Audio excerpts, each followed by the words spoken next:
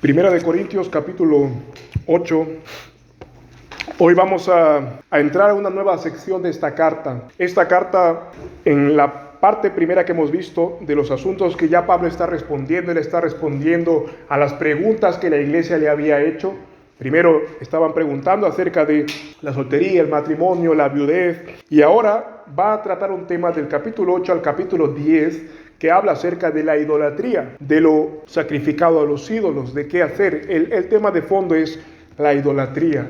Pero en este capítulo 8 y en los demás también, él además de tratar con la idolatría, introduce algunos otros temas que él ve propicio. Por ejemplo, la pregunta de los corintios era, ¿podemos comer de lo sacrificado a los ídolos?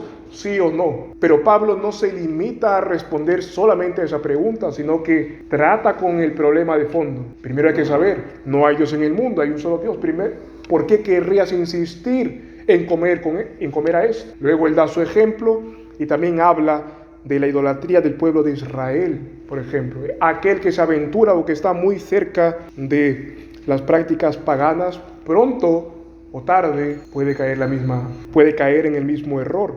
Pero lo veremos todo, hermanos. Hoy estaremos viendo los primeros 6 versículos de este capítulo 8, donde el apóstol Pablo nos va a dar aquí una introducción, nos va a dejar ver cuál es el tema de fondo. Vamos a leer, verso 1. Y acerca de lo sacrificado a los ídolos, sabemos que todos tenemos conocimiento. El conocimiento envanece, pero el amor edifica. Y si alguno se imagina que sabe algo, nada sabe aún como debe saber. Mas si alguno ama a Dios, ese es conocido por él. Acerca pues de la comida que es sacrificada a los ídolos, sabemos que el ídolo nada es en el mundo, y que no hay otro Dios, sino uno solo. Porque aunque haya algunos que se llamen dioses, sea en el cielo, sea en la tierra, como hay muchos dioses y muchos señores, para nosotros, sin embargo, hay un solo Dios, el Padre, de quien proceden todas las cosas, y nosotros somos en Él, y un solo Señor, Jesucristo, por medio de quien son todas las cosas, y nosotros por medio de Él. Hasta allí, hermanos. Pablo va a tocar este tema, hermanos, de la idolatría, y la pregunta que él mismo ya la ha dado, ¿qué debemos hacer con lo sacrificado de los ídolos? Es decir, ¿qué debemos hacer con aquellos alimentos, aquellas ofrendas que tienen que ver con carne u otro tipo de alimentos que ofrecían a los dioses que tenía Corinto y toda Grecia, todo el imperio romano? ¿Qué hacer con eso? Ellos le preguntaron. Ahora, detrás de esta pregunta, hermanos, va a haber cosas que Pablo va a tratar, y una de esas cosas es la irreverencia de los corintios, el orgullo teológico que tenían, la falta de amor. Al final de esta parte va a hablar acerca de la Trinidad. Pero fijémonos, el primer verso que hemos leído parece ser interrumpido. Dice, acerca de lo sacrificado a los ídolos, sabemos que todos tenemos conocimiento. Luego en el versículo 4 comienza a decir acerca, y repite. El apóstol Pablo en el versículo, la última parte del verso 1 y del verso 2 y 3, va a introducir una base para toda esta temática. Sus palabras van a caer como hacha a los oídos de los corintios. Entremos en contexto, hermanos. ¿Qué pasaba en ese entonces en los corintios? Algunos dicen que en la época donde Pablo está escribiendo, el sacrificio a los ídolos estaba en diferentes partes. Había, por ejemplo, si nos reuníamos en familia y teníamos un ídolo, la comida se sacrificaba a los ídolos y tú participabas de ello. O en los trabajos, o si se aperturaba cualquier oficio, o aún en el gobierno, también había lealtad hacia los dioses. En ese contexto, los cristianos corintios preguntan, ¿qué debemos hacer en tales cosas? ¿Qué debemos hacer en tal caso? ¿Comemos? ¿Participamos de la comida? Y la respuesta de ellos fue, sí, sabemos que un ídolo nada es en el mundo. Sabemos que los ídolos no existen. Comamos. Sí, total, nada es. Pero ese razonamiento simplista, hermanos, no tiene en cuenta algunas de las cosas que Pablo y los apóstoles han mencionado. El pensamiento de comamos simplemente porque nada el ídolo es, no tiene en cuenta lo que se definió en Hechos 15. En Hechos 15, en el Concilio de Jerusalén, la iglesia, las autoridades eclesiásticas dijeron que no se debía comer de lo sacrificado a los ídolos. No porque el ídolo exista, sino para no dañar la conciencia o para no traer confusión sobre eso en ese momento de la iglesia. Ya se había hablado de ese tema y lo cierto es que Pablo ya lo habría enseñado, pero ellos no lo tuvieron en cuenta.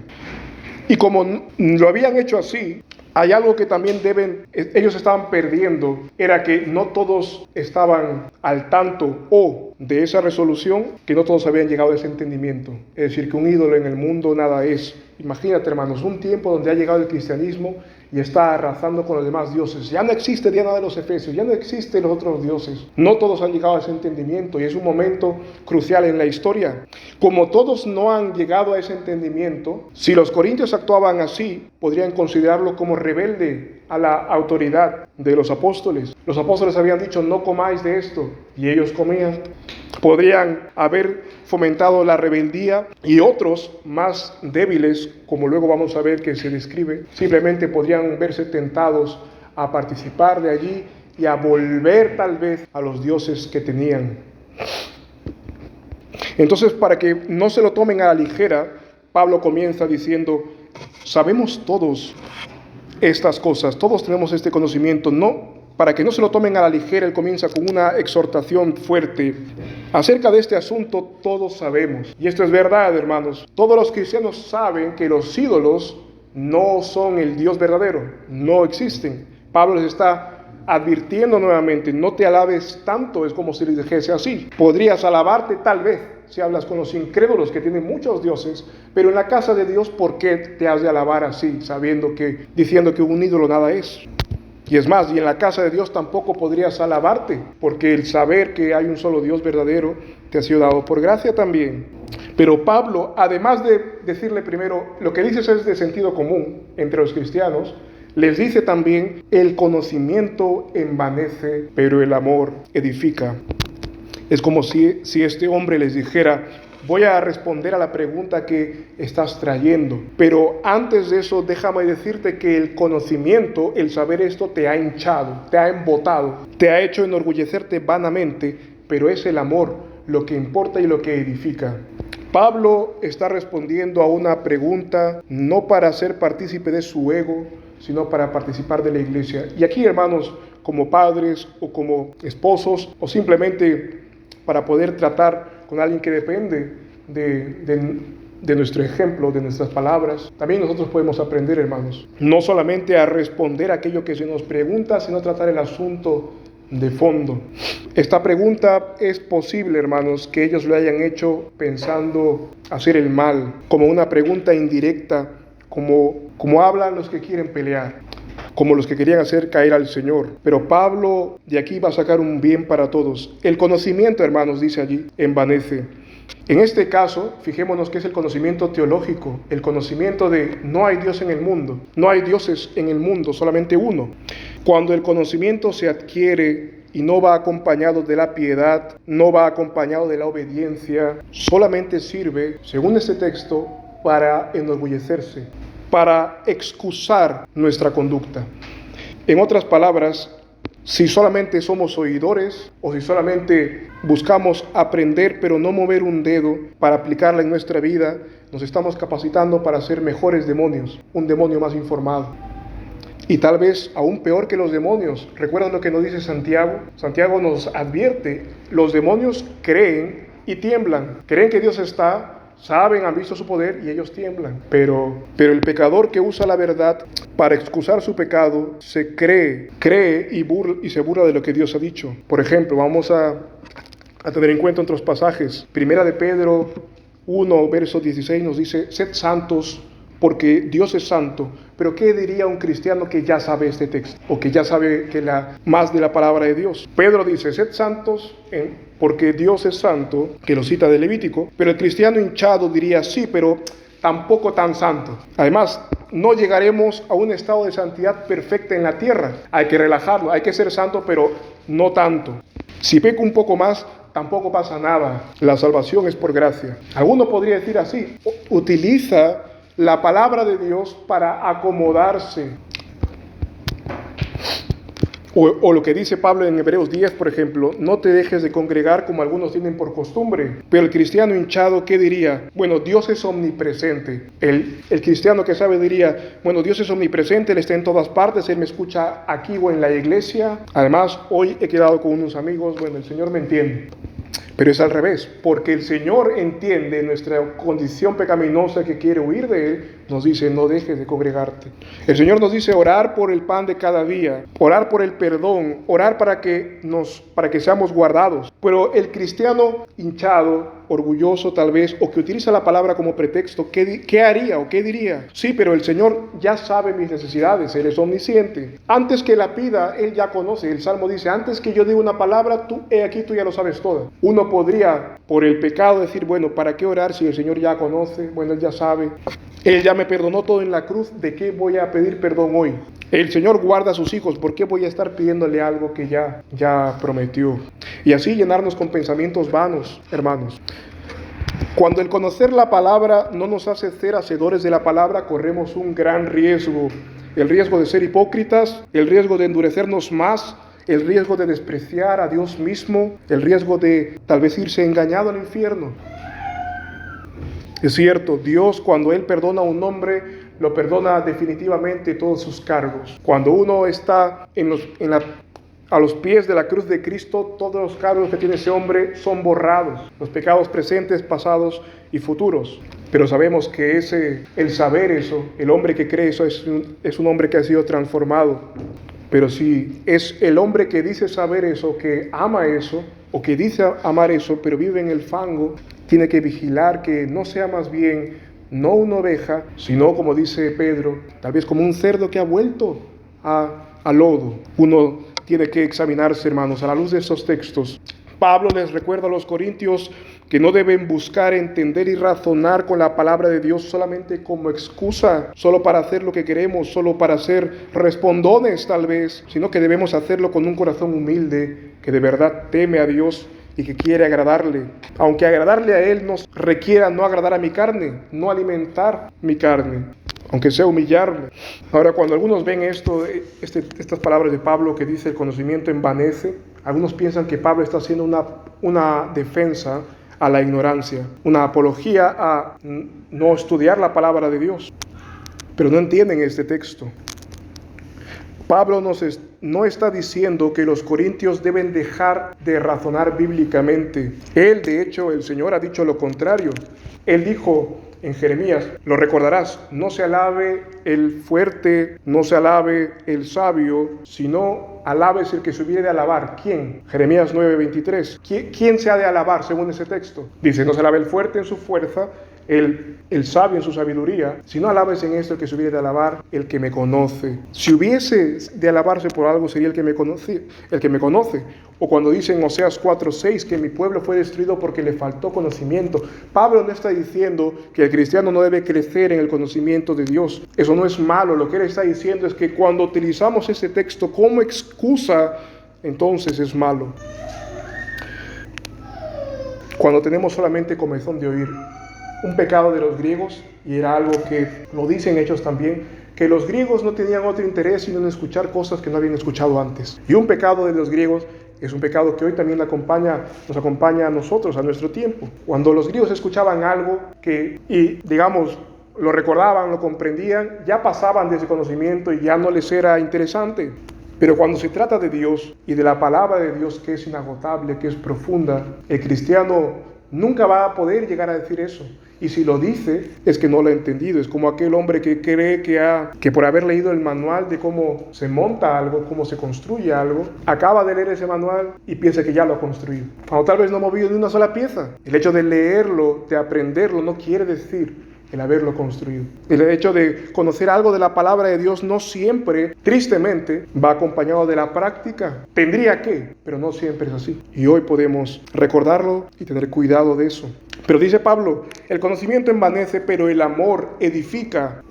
El amor no solo conoce, sino que se maravilla de la grandeza del Señor. El que ama se sorprende de su pecado y huye del pecado con todas sus fuerzas. Pone su mano sobre su boca cuando se descubre lo pecador que es. Si oráramos, hermanos, la oración del Señor, y pidiésemos perdón diariamente por nuestros pecados, descubriríamos y nos detuviésemos en esa parte de la oración un poco más, descubriríamos que tendríamos más pecado de lo que pensamos y también nos asombraríamos de la gracia y la paciencia que el Señor tiene con nosotros continuamente. El conocimiento bien adquirido nos haría decir como Zaqueo: si yo he hecho lo malo, si le he robado a alguien, se lo doy cuadruplicado. Ese es alguien que ha conocido bien que es pecador. Un hombre que ama, como dice Pablo, es paciente para con todos, paciente para con los suyos, paciente para con los de la iglesia. Sabe que es un pecador, sabe que Dios es santo y que todos estamos en la misma ruta y es paciente para con los que comparte el camino. En el versículo 2 de nuestro texto, podríamos decir que estos son los pilares de toda su exposición hasta el capítulo 10. Dice: si alguno se imagina que sabe algo, nada sabe aún como debe saber. Este es el primero. Este habla del saber. Si alguno piensa, si alguno se imagina que entiende algo de la palabra o entiende algo del saber de Dios, realmente no sabe, él dice. Ahora, Pablo aquí no está repitiendo las palabras de un filósofo griego. Él no está repitiendo las palabras de solo sé que nada sé, por ejemplo. No está diciendo eso.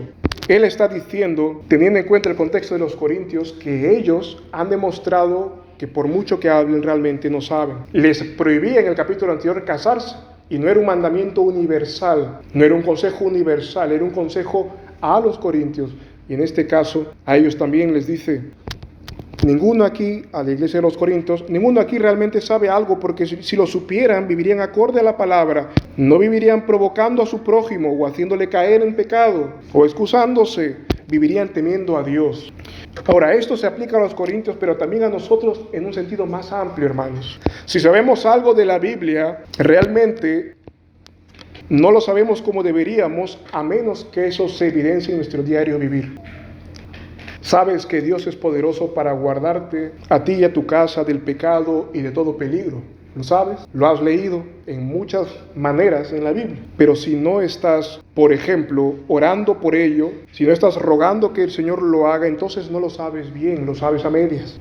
Si dices que lo sabes, pero no lo haces, no oras, por ejemplo, no lo sabes porque no buscas a Dios. Si lo buscaras, si supieras que hoy mismo va a acontecer una desgracia, ya de hace horas estuvieses orando que no pase, pero como no lo sabes, el Señor nos manda a orar, que nos guardes de todo mal. Si dices que lo sabes, por otro lado, pero no tomas medidas para cuidarte a ti y a los tuyos del pecado y de todo peligro, entonces tampoco lo sabes, porque estás tentando a Dios, como aventándote al precipicio a ver si los ángeles te cogen, porque como Él te va a guardar.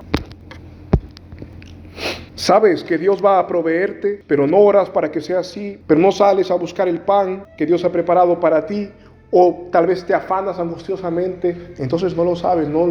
Cuando actuamos así demostramos que aún nos falta poner por obra aquello que hemos oído de la palabra. Es lo que Pablo quiere hacer énfasis aquí. Dios quiere, hermanos, que cada uno de nosotros experimentemos en carne propia todo lo que sabemos de Dios. Experimentar en carne propia lo que Él dice. No experimentar en el sentido de sentir algo, sino de verdad saber que Él salva, que Él provee, que ayuda, que nos sostiene, que nos defiende en toda injusticia, o que nos levanta, o que nos prospera, que Él multiplica, que nos disciplina. Dios quiere, hermanos, que nosotros pasemos de todo lo que leemos en la palabra de Dios y venimos escuchando semana tras semana, año tras año, década tras década, que podamos aplicar tal vez solamente el 10% de todo ello. Creo que nos haría mucho bien. En ese punto también nos alcanza ese texto. Si nuestra fe solamente consiste en oír y no poner por obra lo que oímos, es una condición muy triste, hermanos.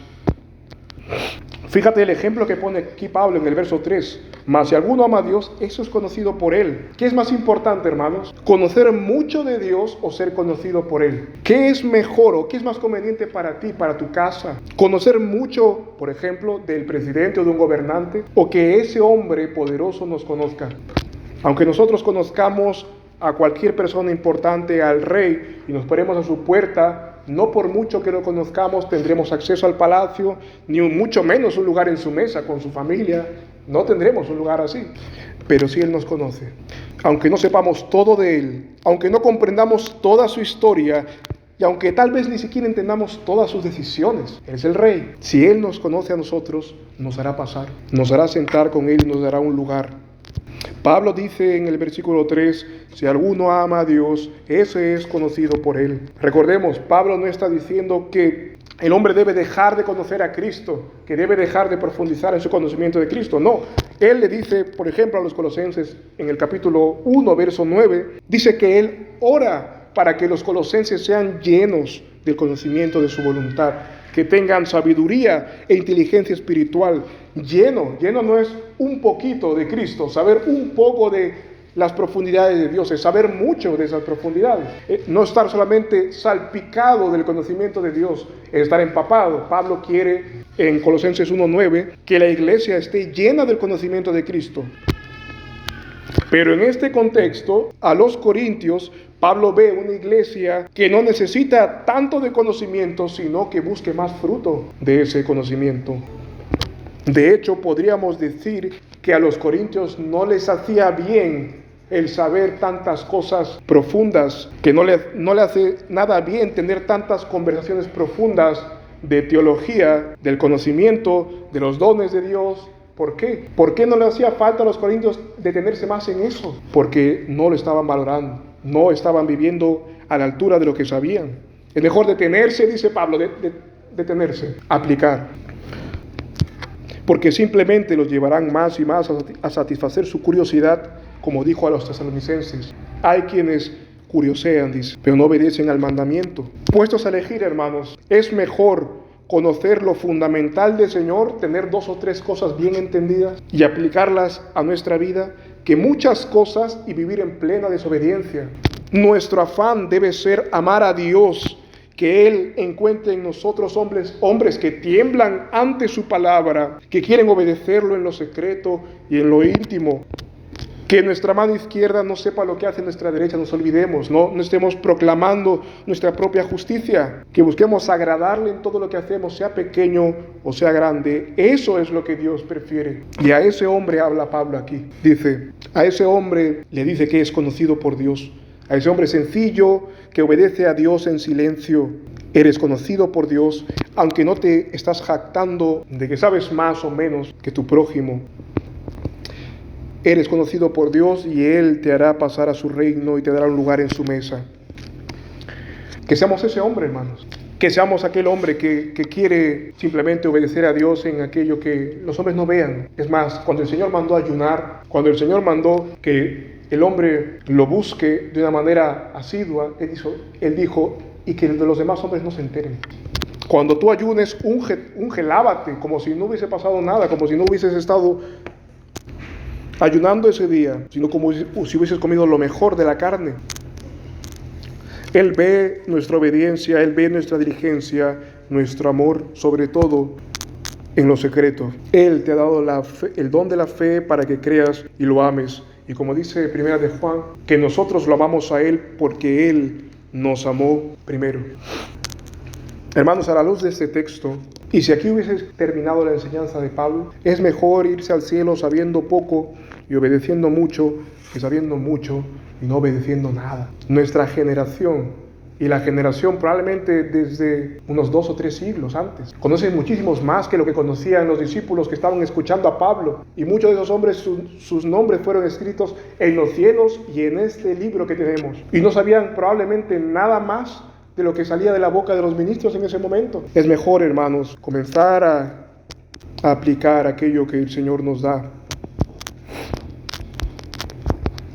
Hoy es un día para pensar en eso. Dice allí, verso 4, acerca pues de la comida que es sacrificada a los ídolos, sabemos que el ídolo nada es en el mundo y que no hay otro Dios, sino uno solo. Porque aunque hay algunos que se llamen dioses, sea en el cielo, sea en la tierra, como hay muchos dioses y muchos señores, para nosotros, sin embargo, hay un solo Dios, el Padre, de quien proceden todas las cosas, y nosotros somos en Él, y un solo Señor, Jesucristo, por medio de quien son todas las cosas, y nosotros por medio de Él. Pablo comienza a hablar, él ya ha dicho que los ídolos no existen, que nada es en el mundo, lo ratifica. Alguno podía temer, tal vez, a Diana de los Efesios, como hemos dicho. Alguno tal vez podía temer o tener temor de que si despreciaba alguna comida de un Dios, algo le iba a pasar, alguna maldición le iba a caer. Hay algunos que creen hoy también, hermanos, y tristemente, algunos cristianos, tal vez que faltan afianzar allí, pero creen que si hacen algo malo les traerá mala suerte, o que si dicen algo en contra de algún santo les traerá mala suerte, o que caerán en algún mal. Pero este texto está incluso para ellos. No hay nadie superior que merezca nuestra veneración, nuestra adoración, sino Dios. No hay que temer a nadie más. No hay quien tenga el poder de bendecir o maldecir, sino solamente el Señor. No existe cábala, ni magia, ni hechizo, o poderes de santos que puedan hacernos daños, sino solamente Dios y su Hijo Jesucristo. Pero además de esto, además de quitar esa parte de temor supersticioso, además de eso les aclara cosas de la Trinidad, hermanos. Este es un texto que si uno lo lee muy rápido, si lo has leído ahora, te puedes detener y decir, ¿está diciendo que solamente el Padre es Dios? Dice el texto. Para nosotros hay un solo Dios, el Padre. Aquí es donde algunos unitarios, testigos de Jehová, algunos otros herejes, dicen, este es el texto, ese es el eureka. Aquí vamos a destruir la Trinidad. Dios, el Padre, solo, un solo Dios, el Padre. Pero esto si lo leemos muy rápido. Pero nosotros, si nos tomamos el tiempo de leer, podemos entenderlo de dos maneras que no se excluyen entre sí. Cuando hablamos nosotros del Padre, vamos a detenernos en estudiar la Trinidad que nos muestra aquí Pablo. Cuando hablamos del Padre en la Biblia, no siempre es exclusivamente a la primera persona de la Trinidad. No siempre es a la primera persona de la deidad de Dios, sino a todo el ser de Dios. Por ejemplo, vamos un momento a Isaías, rápidamente, en la referencia que en el capítulo 9 nos hace acerca de Cristo, la segunda persona de la Trinidad, nos dice que se va a encarnar. Míralo allí, Isaías 9, verso 6.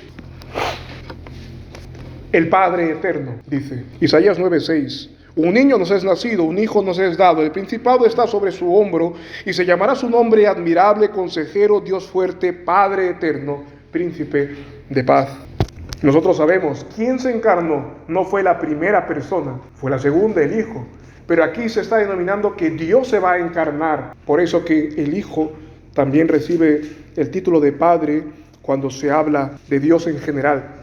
O por ejemplo, en la oración del Señor, del Padre Nuestro, ¿a quién nos dirigimos? Únicamente a la primera persona de la Trinidad nos dirigimos a Dios como Padre. Vayamos por ejemplo a Hebreos rápidamente. En Hebreos también podemos verlo en el capítulo 2. En las mismas palabras del Señor Jesús, cuando dice Hebreos 2, versos 12 y 13, dice, anunciaré tu nombre a mis hermanos, en medio de la congregación te alabaré, y otra vez yo confiaré en él, y otra vez, he aquí yo y los hijos que Dios me dio. Cristo es nuestro hermano mayor, pero como Él es Dios, al mismo tiempo nos ve como sus hijitos. Y esas referencias de Padre no excluyen al Hijo.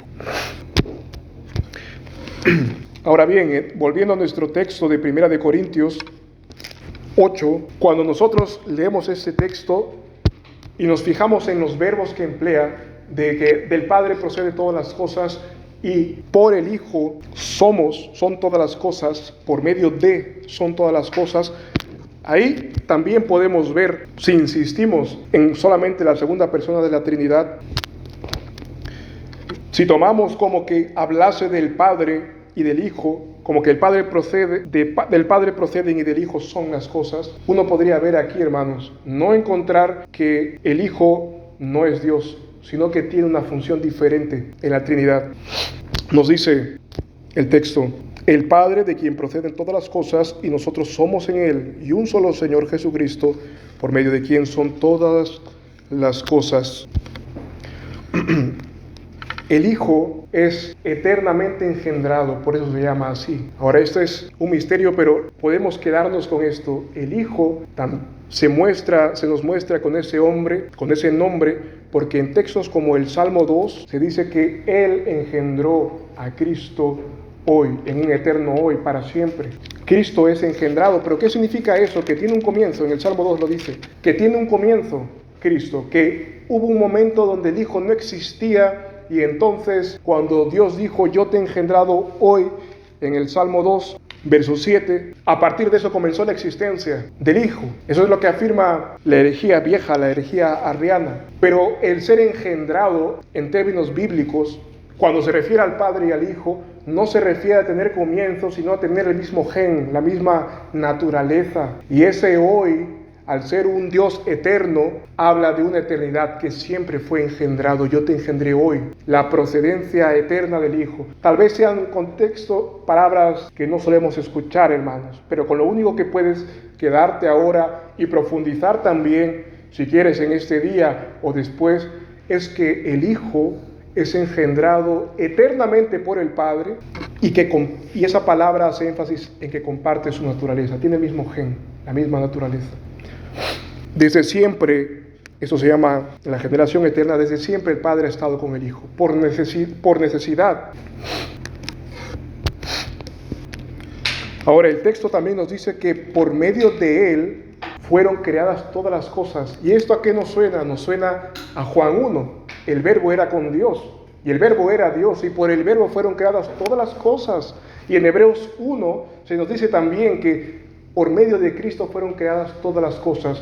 Y aquí es donde nosotros pensamos, ¿qué pasa? ¿Por qué está la Trinidad dándole un lugar muy preeminente y elevado a Cristo por sobre todas las cosas? Él es nuestro mediador entre Dios y los hombres. Él nos representa ante Dios, pero también al contrario es verdad. Cristo, por medio de Cristo, Dios trata con nosotros. No solamente Él media para nuestros pecados, sino que Dios obra por medio de Cristo para el juicio, obra por medio de Cristo para regir todas las cosas. Él es el mediador tanto de parte de los hombres como de parte de Dios. Y de hecho por Él han sido creadas todas las cosas. Nos lo dice los pasajes que hemos dicho y también en el Salmo 33, verso 6. Por el aliento de su boca fueron hechas todas las cosas. ¿Por qué no erramos cuando vamos a Cristo? Aún, hermanos, el católico más ferviente, aún aquellos que tal vez están en un lugar donde no se está enseñando correctamente, aún cuando se aferren a Cristo y en Él tengan toda su esperanza, ellos son conocidos por Dios. Porque se están aferrando al único mediador entre Dios y los hombres. Si su confianza fuese en otras cosas, si su confianza no estuviese en Cristo, habría un problema. Pero si su confianza está entre el único Dios, que es el mediador entre Dios y los hombres, Él sabe que hay un creador, pero también sabe que hay un mediador. Entonces este hombre es el más dichoso de todos los hombres que están a su alrededor, porque tiene al mediador consigo. Él es el creador y Él es el redentor. No erramos, hermanos, y aquí es la gran confianza. Ninguno de nosotros errará si está escuchando a Cristo, si está viendo a Cristo, aunque tal vez no sepa mucho, aunque tal vez solamente persevere en las palabras de Cristo y le sea difícil entender los profetas menores, le sea difícil entender los misterios más profundos del Apocalipsis, o tal vez la simbología del Antiguo Testamento. Si este hombre sabe que tiene un creador y que tiene un mediador suficiente, que fue creado por Él y salvado por Él, y ese hombre persevera en ello, ese hombre conoce mucho más que muchos doctores. Que el Señor nos ayude, hermanos, a poder pensar hoy en lo que Pablo ha dicho acerca de si el conocimiento nos está envaneciendo, si nos está sirviendo como excusa, cuánto de lo que conocemos estamos aplicando. Tenemos mucho para ello. Que el Señor nos ayude a que nuestras obras sigan lo que dicen nuestros labios, y cuando no sea ese el ritmo de nuestro andar, detengámonos y digamos como el hombre pecador: soy pecador, Señor, sé propicio a mí. Vamos a orar. Padre Santo, te damos las gracias porque por tu misericordia estamos aquí, por tu misericordia venimos ante tu palabra. Te rogamos, oh Señor, que tú que nos conoces nuestro andar, nuestro levantar, nuestro sentar. Tú conoces las intenciones de nuestro corazón y también dices que muchas de ellas son malas. Te pedimos, Padre, que seas tú con nosotros y nos ayudes a revisar nuestros caminos, Señor, a poder ser hacedores de tu palabra. Ayúdanos, oh Señor. Tú conoces nuestras agendas, tú sabes todo lo que tenemos que hacer y no podemos dejar de hacer, porque de lo contrario o se agravaría nuestra casa o se agravarían otras cosas, Señor. Pero ayúdanos, Padre, a poder ser hacedores de tu ley, a perseverar en lo que hemos aprendido, Señor, en amarte a ti por sobre todas las cosas y a nuestro prójimo como a nosotros mismos, y aún más como Cristo mismo.